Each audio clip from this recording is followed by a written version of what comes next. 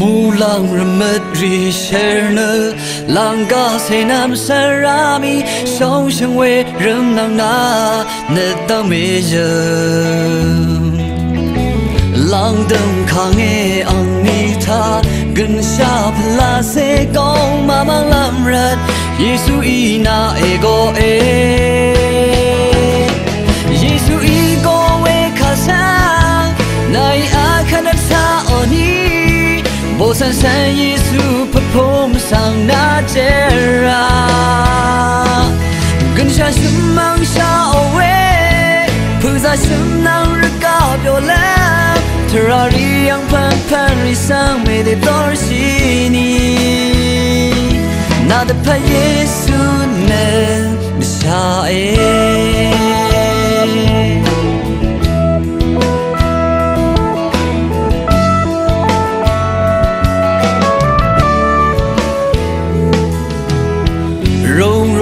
se we yang re wang adong tha ke ni athang lap sang amana mi we yang se go pha de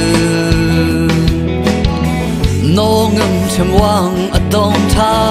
me yang shi we ram nang e khang pi a khan na thang ra wa nu e go e Yesu i go we kha sa nai a kha tha oni Bố san san Giêsu phật phom sang na chera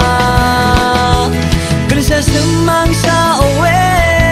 phu za sum nang rka byo la terari yang pan pan ri sang me de dor sini na de pa Yesu nan de sai le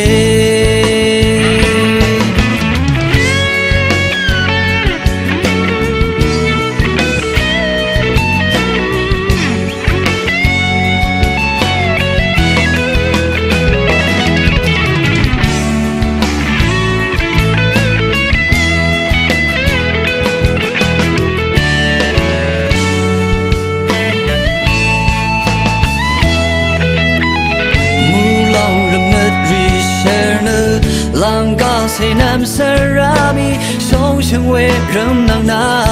ne tang me je lang deng khang e ang ni tha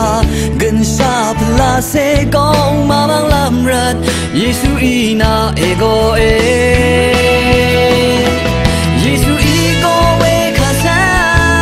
nai a khan tha oni bo san san Yesu phật phom sang na chera